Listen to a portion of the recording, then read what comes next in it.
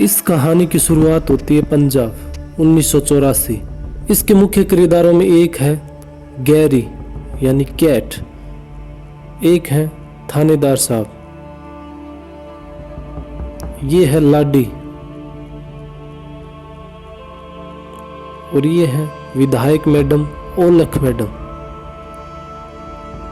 और ये गैरी गुरनाम का भाई सरबजीत। इसी के साथ एक और कैरेक्टर है इंस्पेक्टर मैडम, और ये कैरेक्टर है मुख्तियार। अब कहानी शुरू होती है पंजाब में। पंजाब में एक सिख समुदाय की गैंग हथियारों की डील के लिए मिलती है। अब उसी डील के दौरान पुलिस ने पहले से ही कैट यानी कि गैरी को उस ग्रुप में शामिल कर दिया था। गैरी इसकी लोकेशन पुलिस वालों को भेज देता है। पुलिस वहां पर रेड करती है और सभी आतंकवादियों को पकड़ लेती है। गैरी भी एक सरदार जी का पीछा करता है और वो इसे पीटता और पीटते पीटते कहता है कि तुमने मेरे माता पिता को मारा है। पुलिस उसे छुड़वा देती है तथा उनका इनकाउंटर भी कर देती है। पुलिस कैट यानी गैरी से खुश होकर के उसे इनाम दे देती है। थानेदार साहब उसे एक गांव में छोड़ करके आ जाते हैं। गांव में उसे एक घर भी दे दिया जाता है तथा वापस न मिलने के लिए कहा जाता है। यहीं से एक नई कहानी की शुरुआत होती है। गैरी का नाम अब गुरनाम हो चुका है। इसी दौरान पंजाब में दंगे बढ़ते जाते हैं, हथियारों की सप्लाई भी बढ़ती जाती है। अब गैरी धीरे धीरे बड़ा हो जाता है और 2006 में गैरी अब गुरनाम बन चुका था और गैराज में काम कर रहा था। गुरनाम यानी कि हमारा मुख्य कैरेक्टर रणदीप हुड्डा, जो कि पहले कैट था। गुरनाम अपने भाई सरबजीत को पढ़ने के लिए कहता है और अपना स्कूटर लेकर के गैराज चला जाता है। तभी पीछे से सरबजीत के पास एक फोन आता है और सरबजीत भी स्कूटर लेकर के क्लब की ओर निकल जाता है। अब रात को भारत पाकिस्तान के बॉर्डर पर आर्मी को चकमा देते हुए, लाइट से बचते हुए एक लड़का सुरंग से होता हुआ पाकिस्तान की ओर चलता है।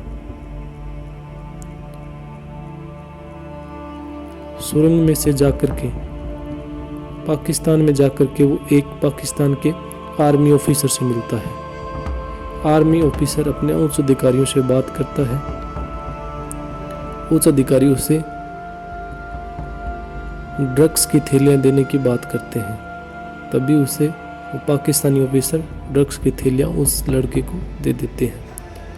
लड़का ड्रग्स की थैलियों को अपने बैग में डाल करके सुबह वापस भारत आ जाता है। भारत आकर के वो अपने गांव में आ जाता है, जहां उसकी अपने मुख्य किरदार मुख्तियार से मुलाकात होती है। मुख्तियार का एक लड़का भी होता है। वो लड़का उस लड़के से बात करता है। मुख्तियार दूध की कैन में सभी डीलरों से ड्रग्स इकट्ठा करता है और ड्रग्स इकट्ठा करके पुलिस को रिश्वत दे करके वो फैक्ट्री की तरफ चला जाता है। ये फैक्ट्री है लाडी की। इसमें मुख्तियार जाकर के लाडी से मिलता है। लाडी से मुलाकात के दौरान देखते हैं कि वो एक लड़के को पहले से पकड़े रहते हैं। लाडी उसे बताता है कि इस लड़के को रात को ही पकड़ा था, ये कहीं ड्रग्स बेच रहा था क्लब में, और मैं इस लड़के को जान से मार डालूंगा। तभी मुख्तियार बताता है कि ये तो कबीर का आदमी है। तब उसे लाडी को गुस्सा आ जाता है। लाडी उसे ऊपर ले जा करके एक काटने वाली मशीन में डाल देता है जबरदस्ती। वो चिल्लाता रहता है और कट करके टुकड़े टुकड़े हो जाता है। खून की धाराएं बहने लगती हैं। अब इसी दौरान एक और कैरेक्टर है, जो एक लड़की एक लैब में काम करती है। पुलिस वाले ड्रग्स का सैंपल लेकर के आते हैं लैब में, और वो लड़की बड़ी ही चालाकी से एंट्री करने के बाद ड्रग्स की जो थैलियाँ होती हैं उनको नकली ड्रग्स से चेंज कर देती है। और वो लड़की होती है सर्वजीत की गर्लफ्रेंड वो उसे क्लब में मिलती है। उनका प्लान होता है कि हम क्लब में उस ड्रग्स को सप्लाई करेंगे और पैसे कमाएंगे। धीरे धीरे क्लब की लाइट ऑन हो जाती है, लेकिन पुलिस को भी वहाँ पर सूचना लग जाती है और पुलिस वहाँ पहले से ही पहरा जमाने लग जाती है। धीरे धीरे पार्टी शुरू हो जाती है। गायकर गाना गाना शुरू कर देता है और सारे नाचने झूमने लग जाते हैं, सभी युवा। तभी सर्वजीत और उसकी गर्लफ्रेंड ड्रग्स को सप्लाई करने के लिए वहाँ बीच में आ जाते हैं और सबको छोटी छोटी थैलियों में ड्रग्स सप्लाई करना शुरू कर देते हैं और उनसे पैसे लेते हैं। धीरे धीरे सर्वजीत सबको ड्रग्स सप्लाई करता रहता है और उनसे पैसे इकट्ठे करता रहता है और सारे नशे में झूमने लगते हैं और ड्रग्स के इंजेक्शन लेने लगते हैं और कोई ड्रग्स की थैलियाँ तो यूज करता है। तभी वहाँ पर पुलिस भी चौकन्नी रहती है, लेकिन उसी समय लाडी के आदमी आते हैं अपने ड्रग्स बेचने के लिए। वो देखते हैं कि लड़के तो पहले से ही नशे में चूर है, तो उन्हें खबर लगती है कि यहाँ किसी ने ड्रग्स सप्लाई की है। वो उसे क्लब में ढूंढने लगते हैं कि हमसे पहले ड्रग्स सप्लाई किसने की है, और वो बिल्कुल बीच में आ जाते हैं जहाँ पर सभी नाच रहे होते हैं। तभी लाडी के आदमी की मुलाकात सर्वजीत से होती है। सर्वजीत उसे ड्रग्स लेने के लिए कहता है, तो लाडी के आदमी को गुस्सा आ जाता है।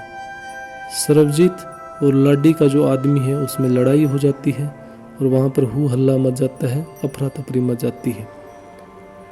तभी वहाँ से सर्वजीत भागता है। सर्वजीत का पीछा पुलिस मैडम करती है और पुलिस उसका पीछा करके सर्वजीत को पकड़ लेती है। पुलिस मैम सर्वजीत को पकड़ करके अपने साथ थाने ले जाते हैं। दूसरी तरफ गुरनाम अपने गैरेज में रात को काम करता रहता है और मेहनत करता है, और पूरी रात काम करने के बाद सुबह हो जाती है। सुबह होते ही गुरनाम अपना स्कूटर लेके गैराज से निकलने वाला ही होता है कि तभी उसके पास थाने से फ़ोन आ जाता है कि तुम्हारे भाई सर्वजीत को पकड़ लिया, थाने आ जाओ। गुरनाम अपना स्कूटर लेके थाने चला जाता है। थाने में जाने के बाद उसकी मुलाकात इंस्पेक्टर मैडम से होती है, तो वो उसे बताती है कि सर्वजीत को ड्रग्स के मामले में पकड़ा है।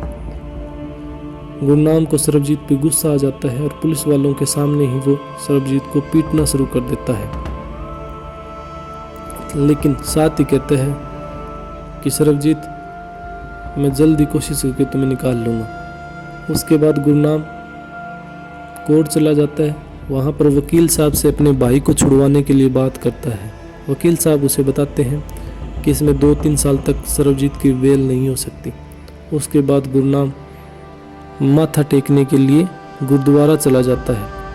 वहाँ पर मिन्नतें मांगता है और साफ सफाई करता है।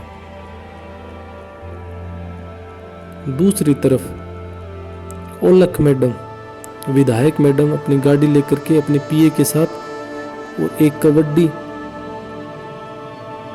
उद्घाटन के लिए पहुंचती है, तो वहां पर उनके खिलाफ नारे लगते हैं। औलख मैडम ये सब देखकर हैरान रह जाती है। कबड्डी का मैच शुरू हो जाता है और मैच के दौरान ही औलख मैडम डीएसपी साहब को ये समझाती है कि मेरे खिलाफ नारे लग रहे हैं, हमें कुछ करना चाहिए। तभी वो बताती है कि किसी आदमी को ड्रग्स के मामले में पकड़ो, और पुलिस को लाडी के जिम के यहाँ भेज देती है। लाडी अपने जिम में जिम कर रहा होता है। उसे पकड़ने के लिए पुलिस वहाँ पहले से ही तैनात हो जाती है। लाडी को प्लान के तहत ही लाडी खुद ही बैग में ड्रग्स भर के पुलिस सामने सरेंडर कर देता है। अब लाडी को पुलिस पकड़ करके थाने ले जाती है। दूसरी तरफ सर्वजीत चिंता में रहता है कि मैं अपने भाई को कैसे छुड़वाऊं। तभी वो टेलीविज़न पर थानेदार साहब को देखता है, तो उसे याद आ जाती है कि ये तो वही सर है जिसके लिए मैंने काम किया था। तो गुरनाम उनसे मिलने के लिए उनके थाने चले जाता है। थाने में वो थानेदार साहब का इंतज़ार कर रहा होता है। तभी उसे पता चलता है कि अब ये थानेदार नहीं डीएसपी साहब हो गए हैं। तब गुरनाम डीएसपी साहब को सत श्री अकाल कहता है, लेकिन डीएसपी साहब उसे नहीं पहचानते हैं। तभी वो अपना असली नाम कैट बताता है। तो डीएसपी साहब हैरान हो जाते हैं और उन्हें उस लड़के गैरी की याद आ जाती है जो अब गुरनाम बन चुका था। गुरनाम और डीएसपी साहब बातें करते हैं और सरबजीत को छुड़ाने के लिए कहते हैं। दूसरी तरफ एक वीआईपी पार्टी रखी जाती है, उसमें सभी बड़े लोग आ जाते हैं, साथ ही ओलक मैडम भी वहां आ जाती है। इतने में ओलक मैडम की नज़र नेता विपक्ष युवा नेता पर पड़ती है। वहां पर एक और कैरेक्टर है, ये है इंस्पेक्टर चंदन। अब नेता ओलक मैडम नेता प्रतिपक्ष से मिलती है और उन्हें खरी खोटी सुनाती है तीखे शब्दों में, और ये सब डीएसपी साहब देख रहे होते हैं। फिर डीएसपी साहब नेता विपक्ष से मिलते हैं और उनसे कहते हैं कि मैं ओलक मैडम को ड्रग्स के केस में फंसा सकता हूँ और मैं आपका वजीर बन के काम करना चाहता हूँ। तभी उन दोनों के बीच में डील हो जाती है। उसके बाद डीएसपी साहब और इंस्पेक्टर चंदन गुरनाम के घर चले जाते हैं और गुरनाम से मुलाकात करके बताते हैं कि तुम्हारे भाई को छुड़वा देंगे, और साथ ही कहते हैं कि पंजाब में नशा बहुत ज़्यादा फैल चुका है, लड़ाई झगड़े और नशे मुक्त करवाने के लिए तुम्हारी सहायता की जरूरत लेनी पड़ेगी। और गुरनाम को एक बार फिर से कैट बनने के लिए कहते हैं। गुरनाम इसके बारे में सोचता है। आगे क्या हुआ इसे देखने के लिए पार्ट 2 देखना पड़ेगा। धन्यवाद।